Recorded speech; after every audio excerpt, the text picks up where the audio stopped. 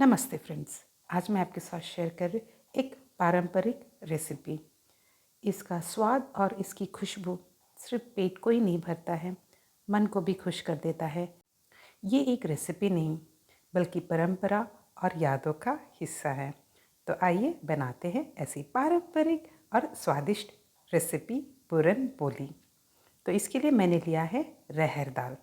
ये रहर दाल है 2 कटोरी। उसके अलावा मैंने गुड़ लिया है और ये है नारियल, इलायची, नारियल सूखा नारियल है, उसके अलावा घी आवश्यकता अनुसार।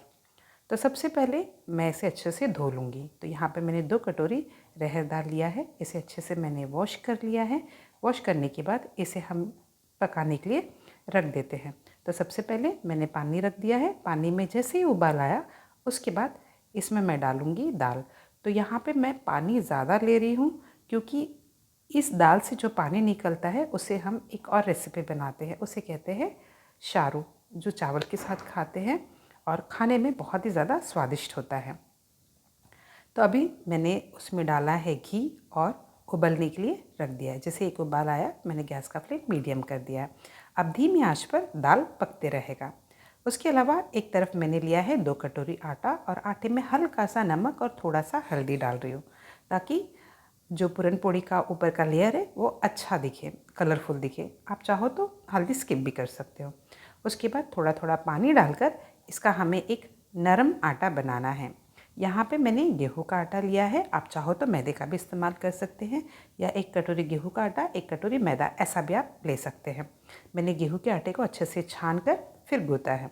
अब हम देखते हैं दाल। दाल को मैंने धीमी आंच पर पकने के लिए रख दिया है। आप एक बार चेक कर लीजिए दाल पका है कि नहीं। दाल अच्छे से पकना ज़रूरी है। इसका टाइम डिपेंड करता है आप गैस का फ्लेम कैसे रखते हो। जैसे ही दाल पक जाएगा उसके बाद उसे हम एक छन्नी में डालकर हम दाल को छान लेते हैं और इस दाल के पानी को पूरी तरीके से निकाल कर हम दाल के पानी को साइड में रखते हैं। इससे मैंने जैसे कि बताया है हम एक और रेसिपी बनाएंगे शारू। अब मैं इसे रख रही हूँ साइड में। अब दाल को आप चाहो तो वेजिटेबल मैशर या दाल घोटने से घोट सकते हैं या आप सिलबत्ते पे भी इसे पीस सकते हैं। ये दोनों मेथड में से जिससे भी आप बनाओगे उससे पूरन बहुत स्वादिष्ट रहेगा। इस तरीके से घोटने से आप देख सकते हैं जो दाल है छन्नी से छन कर बाहर निकल रहा है। इस तरीके से जो दाल निकलती है उसका पूरन बहुत ज़्यादा सॉफ्ट बनता है। अब आप चाहो तो इस तरीके से स्पून से भी मैश कर सकते हैं, जो मेथड आपको इजी लगे वो। अगर आप ये दोनों भी नहीं कर सकते हैं तो आप मिक्सी में ग्राइंड भी कर सकते हैं, बट मिक्सी में ग्राइंड करने से उतना टेस्टी नहीं रहता है। अब दाल को मैंने अच्छी तरीके से घोट लिया है। अब आप देखिए हमारा दाल एकदम अच्छे से मुलायम बन गया है। इसमें मैं डाल रही हूँ गुड़ 2 कटोरी। अगर आप चाहो तो शक्कर भी डाल सकते हैं अगर आपको पसंद है तो। अभी मैंने गैस का फ्लेम ऑन कर दिया है। ऑन कर कर अब हम दाल और गुड़ को पकाएंगे। जैसे इसको हम पकाएंगे गुड़ अपना पानी छोड़ेगा और दाल पतला हो जाएगा और दाल को हमें धीमी आंच पर मिक्स करते हुए तब तक पकाना है जब तक कि ये गाढ़ा नहीं होता है। उसके बाद जैसे थोड़ा गाढ़ा हो जाएगा नारियल को पीस कर हम इसमें डालेंगे। आप चाहो तो गीला नारियल भी यूज़ कर सकते हैं जो आपके पास है, अदरवाइज़ आप स्किप भी कर सकते हो। ये कम्प्लीटली ऑप्शनल है बट ये डालने से टेस्ट बहुत अच्छा रहता है। अब मैं इसको अच्छे से पका रही हूँ। इसको हमें तब तक पकाना है जब तक कि वो गाढ़ा ना हो जाए। जब ये गाढ़ा हो जाए तो इलायची को कूट कर इसमें डालना है। उसके बाद इसमें मैं डाल रही हूँ 2 स्पून घी। घी डालने से इसका स्वाद और खुशबू दोनों ही बढ़ जाते हैं। घी डालकर अब मैं इसे अच्छे से मिक्स कर रही हूँ। थोड़ा सा पूरन आप एक प्लेट में इस तरीके से निकाल कर ठंडा होने रख दीजिए। अगर इसका बॉल बनता है तो आपका पूरन बन के रेडी है, नहीं तो आपको थोड़ा सा और पकाना होगा। अगर फिर भी आपका पूरन गाढ़ा नहीं बनता है तो आप 1 कटोरी मुरमुरा लेकर इसका पाउडर बनाकर इसमें डाल दीजिए। आपका बैटर तुरंत गाढ़ा हो जाएगा। अब हमारा तो पूरन बन के रेडी है और ये ठंडा भी हो गया है। तो अब मैं इसकी इस तरीके से बॉल बना रही हूँ। पूरन पोली एक पारंपरिक ट्रेडिशनल डिश है। इसे महाराष्ट्र, साउथ, गुजरात काफ़ी सारे स्टेट में बनाते हैं। भले ही नाम अलग अलग हो पर स्वाद और खुशबू वही है। अब आप देखिए आटा एकदम अच्छे से बना है। आटा खींचने से इस तरीके से खिंचाना चाहिए, तब हमारा आटा बन के रेडी रहता है। आप आटे को गूँथ कर एटलीस्ट आधे घंटे के लिए रेस्ट करने रख देना। उसके बाद ही पूरन पोड़ी बनाना, तभी वो अच्छे से मुलायम बनेंगे। अब मैं एक आटे का बॉल लेकर उसे इस तरीके से हाथ में फैला रही हूँ। फैलाने के बाद इसमें मैं एक पूरन का बॉल रख रही हूँ। बॉल रखने के बाद इस आटे से पूरन को अच्छे से कवर करना है। कोशिश करें कि पूरन बिल्कुल भी बाहर ना आए। अगर आप चाहो तो थोड़ा सा आटा और भी ले सकते हो, बट इतना आटा सफिशिएंट है। अब मैंने इसको अच्छे से कवर कर लिया। कवर करने के बाद एक बार और हम अच्छे से इसको राउंड बॉल बना लेते हैं। बॉल बनाने के बाद बटर पेपर के ऊपर हल्का सा घी या ऑयल डालें।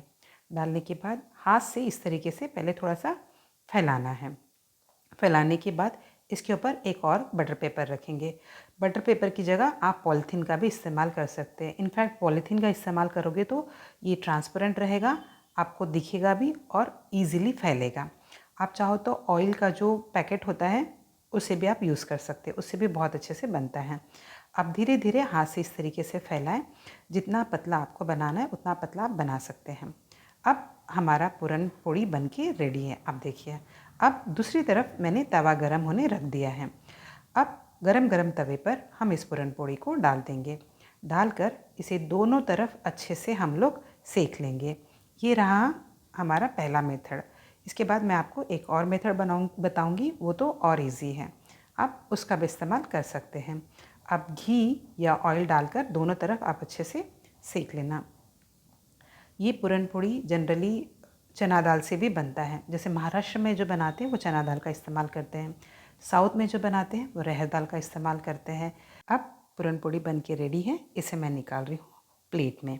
अब हम देखते हैं दूसरा मेथड। थोड़ा सा आटे का बॉल लेकर इस तरीके से हाथ से फैलाइए। फैलाने के बाद पूरन का बॉल लेकर इसमें रखिए। रखने के बाद इसको भी अच्छे से कवर करना है। इस मेथड में आप थोड़ा सा घी या ऑयल का इस्तेमाल कम कर सकते हैं, क्योंकि यहाँ पे हम लोग सूखा आटा लेकर इसे बेलने वाले हैं। तो मैंने थोड़ा सा आटा लिया है, दोनों तरफ आटा लगाकर पहले हाथ से इस तरीके से स्प्रेड करना है। स्प्रेड करने के बाद बेलन की मदद से इसे हम पतला बेलेंगे। जितना पतला आपको बनाना है उतना पतला आप बना सकते हैं। जनरली जैसे हम लोग स्टफ़्ड पराठा बनाते हैं वैसे ही, बट इसका पूरन थोड़ा सा ज़्यादा सॉफ्ट होता है, इसलिए थोड़ा सावधानी से और हल्के हाथों से इसे बेलना होता है। अब ये पूरन पोड़ी भी बनकर रेडी है।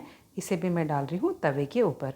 जैसे कि मैंने बताया है, इसे अगर आपको ज़्यादा घी या ऑयल पसंद नहीं है तो आप पहले बिना ऑयल या घी के दोनों तरफ हल्का सेक लीजिए। उसके बाद इसके ऊपर आपको जो लगाना है घी या ऑयल, उसको लगाकर आप सेक लीजिएगा। पूरन पोड़ी में कुछ लोग शक्कर भी डालते हैं, कुछ लोग गुड़ डालते हैं, तो आपको जो पसंद है आप वो डाल सकते हैं। अब ये पूरन पोड़ी बन के रेडी है, इसे भी मैं निकाल रही हूँ प्लेट में। अब आप भी ये पारंपरिक मीठी पूरन पोली की रेसिपी ज़रूर बनाइए, और रेसिपी अच्छी लगी हो तो चैनल को लाइक, शेयर और सब्सक्राइब भी ज़रूर करें। Thank you.